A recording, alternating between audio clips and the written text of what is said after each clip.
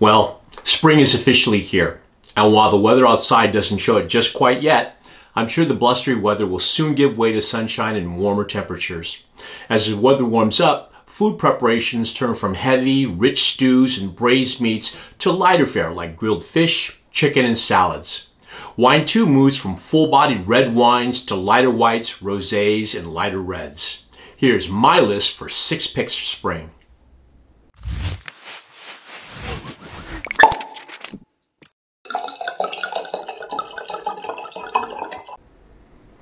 Please note that prices and availability may vary according to where you live. My first wine is a Domaine de Vieil Orme, a Sauvignon Blanc from the Touraine region of France. Sauvignon Blanc has seen a surge in popularity lately, and since the demand has gone up, so has the price.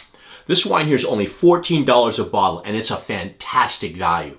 The Touraine region is a close neighbor to the Central Vineyards region in the Loire Valley, which is where you can find Sancerre and Pouilly-Fumé, but at a fraction of the cost. It might not have the depth or complexity of Sancerre, but it still is a really good example of cool climate Sauvignon Blanc. This wine would make a great pairing with grilled fish and seafood. Wine number 2 is a fun wine and an old favorite of mine. It's the Pine Ridge Chenin Blanc Viognier blend. It's a wine that, in my opinion, screams spring.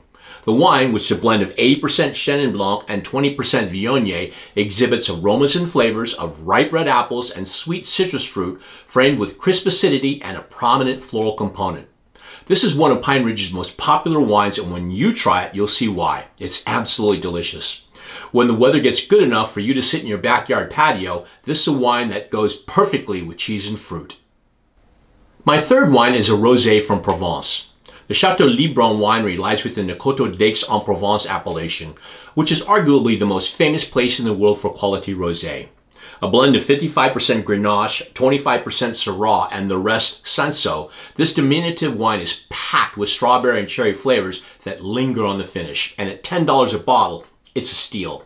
Rosés are very versatile food wines that can go with fish, poultry, and even pork.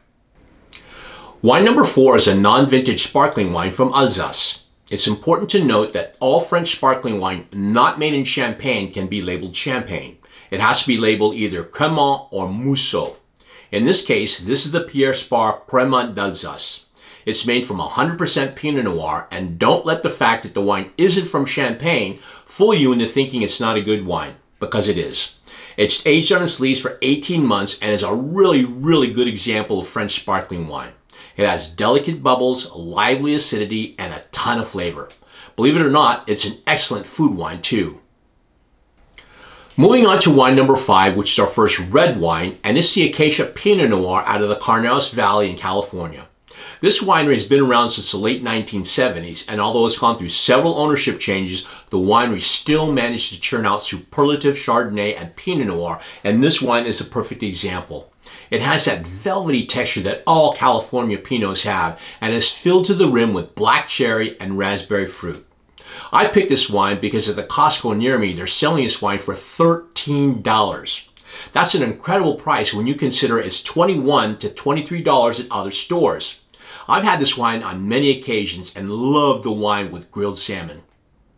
Finally, the most expensive wine of the bunch at $19 a bottle, this is the Finca Ayles red blend from Spain. This is a Vino de Pago wine from the Spanish wine region of Aragon, which lies just south of Rioja. The Vino de Pago category was created back in 2003 and represents a top quality tier in Spanish wine.